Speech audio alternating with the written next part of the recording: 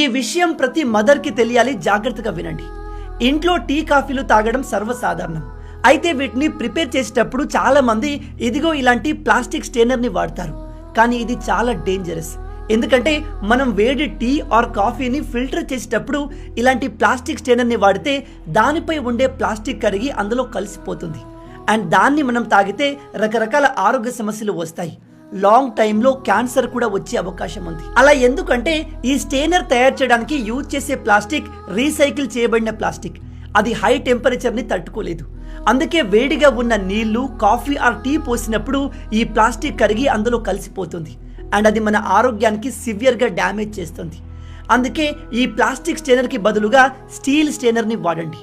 ఇది మీకు చిన్న విషయమే అనిపించవచ్చు, కానీ ఈ ప్లాస్టిక్ స్టెయినర్ని లాంగ్ టైంలో యూజ్ చేస్తే మీ ఆరోగ్యం సివియర్గా డ్యామేజ్ అవుతుంది. లాంగ్ టర్మ్లో క్యాన్సర్ కూడా వచ్చే అవకాశం ఉంది. ఈ విషయం చాలా ఇంపార్టెంట్ కాబట్టి ప్రతి ఒక్కరికి తెలిసేలా వీడియోని షేర్ చేయండి.